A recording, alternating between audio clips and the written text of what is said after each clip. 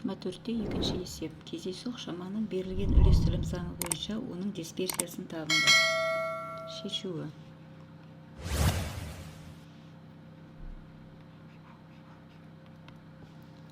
Ең бірінші біз математикалық күтімін анықтаймыз.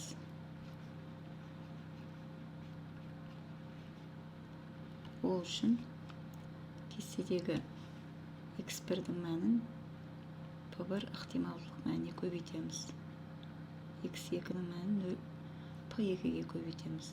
x3-дің мәнін p3-ге, x4 мәнін p4-ге, x5 мәнін p5-ге көбейтіп, көбейтінділердің мәнін қосамыз. 3 көбейту 0,1, 8 көбейту 0,2, 12 көбейту 0,4, 16 көбейту 0,2, қосамыз.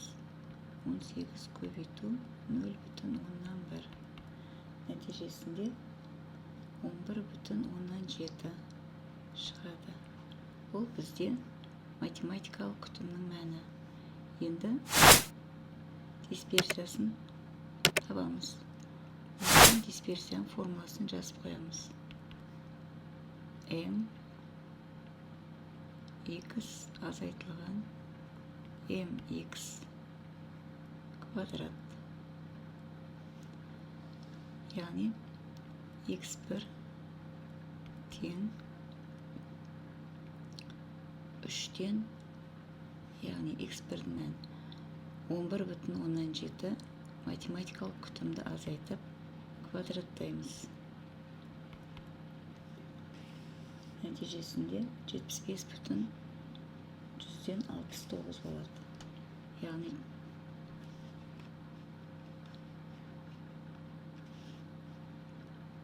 азайтқан кезде минус 8,7, теріс санның квадраты 10 сан шығады. 75,69. Келесі. x2 тең 8-ден азайтамыз математикалық күтімді. Квадраттаймыз. Яғни 8 ол x2-ның мәні.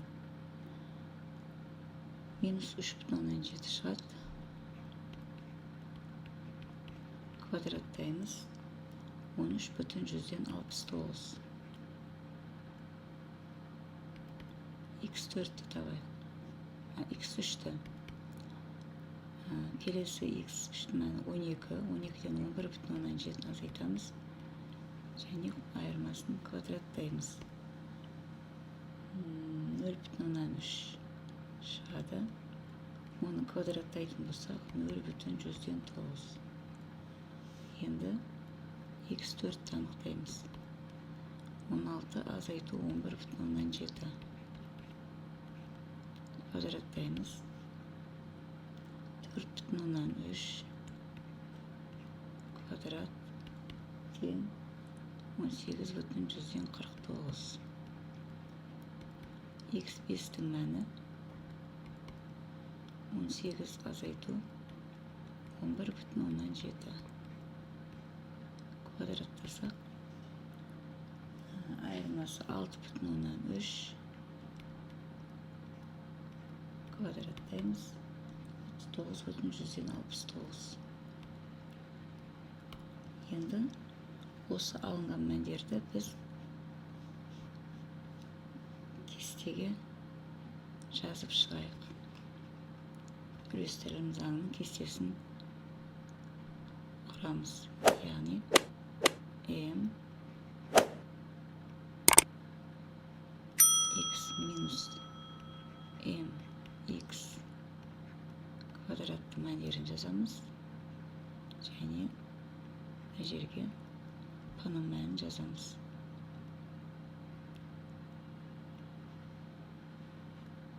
Сонымен бірінші 75,69-ға ықтималдығы 0,1 сәйкес келеді. 13,69-ға 0,12 мәні сәйкес келеді ықтималдылықтың. 0,9-ға 0,4 ықтималдылық мәні сәйкес. 18,49-ға 0,2 мәні сәйкес келеді. Келесі 39,69-ға 0,1 ықтималдылық мәні сәйкес келеді. Неге біз дисперсияның үлестірілім заңының кестесін құрып алдық.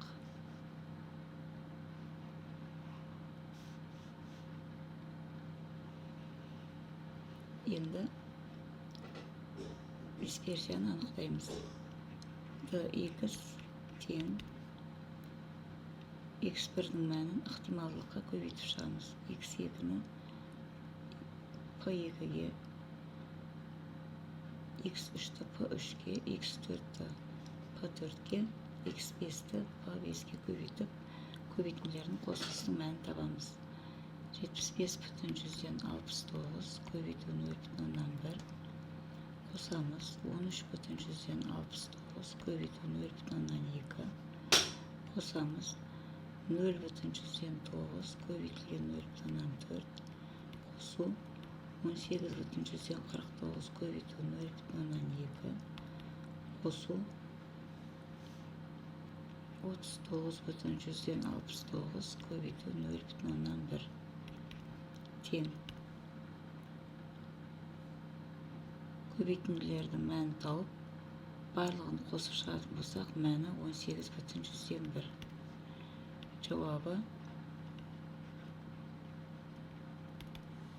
математикалық күтім мәні бізде 11,7 болды. Ал есеп шарты бойынша дисперсиясының мәнін тап дегенде, оның мәні 18,1-ге тең болды. 24-те үшінші есеп. Кездейсоқ шаманың үлестірілім заңы бойынша ауытқу шамасын табыңдар. Шешу.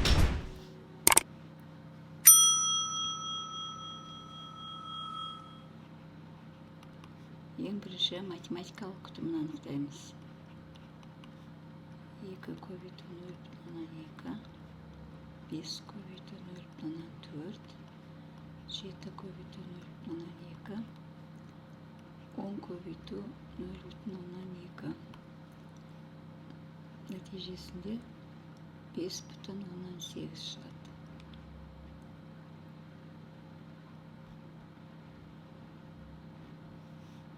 Бұл математикалық күтімнің мәні. Енді дисперсияға қатысты мәндерді табамыз. Формуласын жазып қояйық. dx тең m x азайтылған m x тік жақ жағының сыртында квадрат. Енді x1-ті мәнін табу үшін 2-ден математикалық күтім 5,8 азайтамыз. 2 мына жердегі мәндер. Олай болса, 2-ден 5,8-ді азайтып квадраттайтын болсақ, минус 3,8-дің квадраты тең 14,44. x2 тең 5 азайту 5,8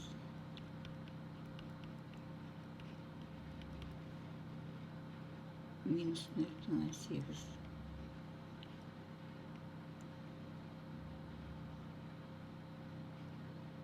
квадрат тең 0,64. x3 7 азайту 5,8 математикалық күтім айырмасын квадраттаймыз. 1,2 квадраттаймыз. 1,144. x4 мәні 10 азайту 5,8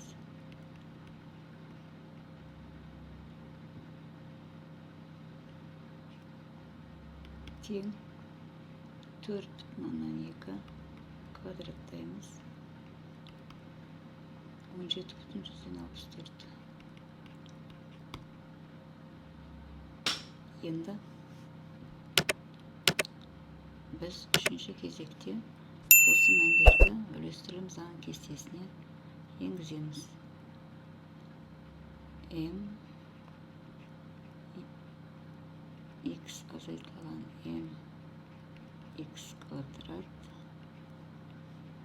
p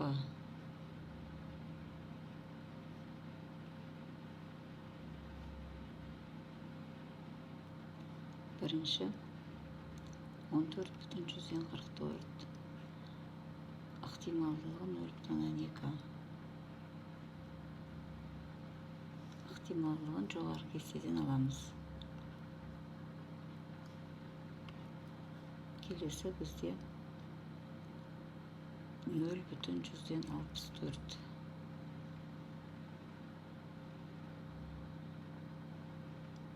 0,4 ықтималдылығы.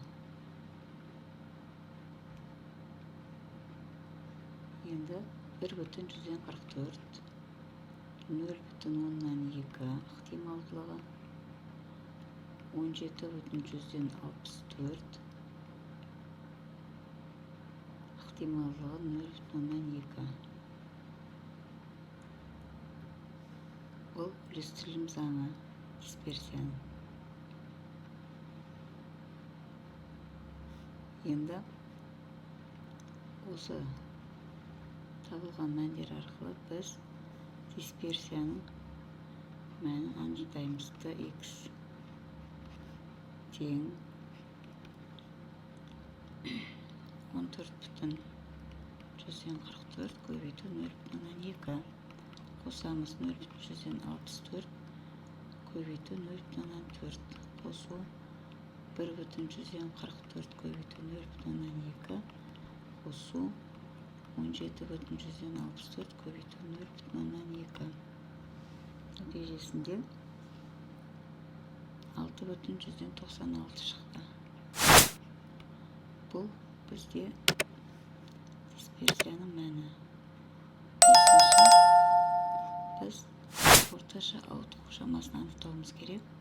Оның формуласы сигма x тең түбір астында dx. Олай болса сигма x тең түбірдің астында 6,96 жуық шамамен 2,638 тағы да дөңгелектейтін болсақ 2,64